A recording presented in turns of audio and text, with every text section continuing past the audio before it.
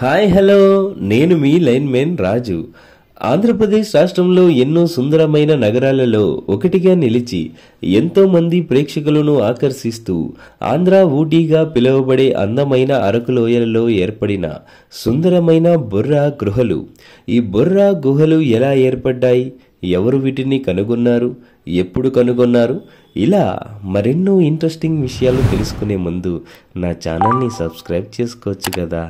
అలాగే వీడియోని చివరి వరకు కూడా తప్పకుండా చూడండి. బొర్రా గుహలు కొండలపై నుంచి గోస్తాని నది వైపు ప్రవహించే చిన్న చిన్న వాగుల వల్ల ఈ గుహలు ఏర్పడ్డాయి. గోస్తాని నది ప్రవహించడం వల్ల 4 ద్వారాలు ఏర్పడ్డాయి. అయితే ఇందులో బొర్రా అని పిలువబడే ఒక ద్వారమే పర్యాటకుల సందర్శనకు ఉపయోగిస్తున్నారు.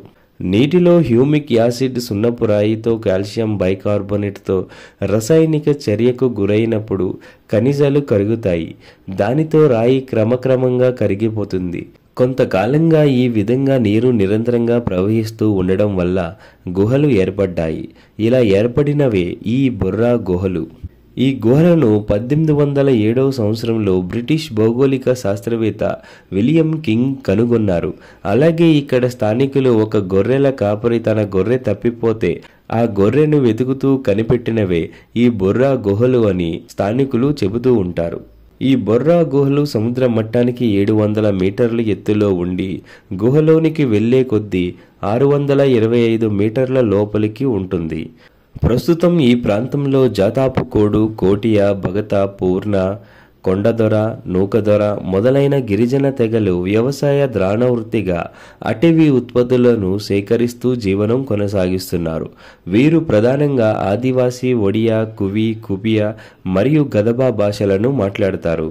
1990వ సంవత్సరంలో రాష్ట్ర పర్యాటక అభివృద్ధి సంస్థ గుహలను స్వాధీనం చేసుకొని సందర్శకులను ఆకర్షించే విధంగా రంగురంగుల విద్యుత్ లైటింగ్తో గుహలోని వింత వింత ఆకారాలను చూసేందుకు ఏర్పాట్లు చేశారు. ఒరియా భాషలో బొర్రా అనగా రంధ్రం అని అర్థం. స్థానిక గిరిజన వాసులు బోడో దేవుని యొక్క నివాసం అని బొర్రా గుహలను నమ్ముతారు. ఈ గుహలు అరకు లోయకు సుమారు 30 కిలోమీటర్ల దూరంలో ఉన్నాయి. అందుకే అరకు లోయలను సందర్శించే వారు ప్రకృతిలో సహజ సిద్ధంగా ఏర్పడినటువంటి బొర్రా గుహలు తప్పకుండా చూడాల్సిన ప్రాంతం. విశాఖ నుంచి బొర్రా గుహల వరకు చేసే రైలు ప్రయాణం ఒక అద్భుతం.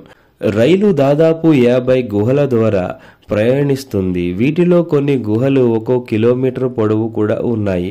ఈ గుహలే కాకుండా పచ్చని ప్రకృతి నడుమ పెద్ద పెద్ద పర్వతాల మీద ఈ రైలు ప్రయాణం చాలా అందంగా ఉంటుంది. అలాగే ఈ పర్యటనలో ప్రకృతి సిద్ధంగా ఏర్పడిన కటిక జలపాతం, చాపరాయి జలపాతం పర్యాటకులను బాగా ఆకర్షిస్తాయి. అందుకే అరకు లోయలను సందర్శించేవారు ప్రకృతిలో సహజ సిద్ధంగా ఏర్పడినటువంటి ఈ బొర్రా గుహలు తప్పకుండా చూడాల్సిన ప్రాంతం. విశాఖ నుంచి బొర్రా గుహలకు చేసే రైలు ప్రయాణం ఒక అద్భుతం. రైలు దాదాపుగా 50 గుహల ద్వారా ప్రయాణిస్తుంది. వీటిలో కొన్ని గుహలు 1 కిలోమీటర్ పొడవు కూడా ఉన్నాయి.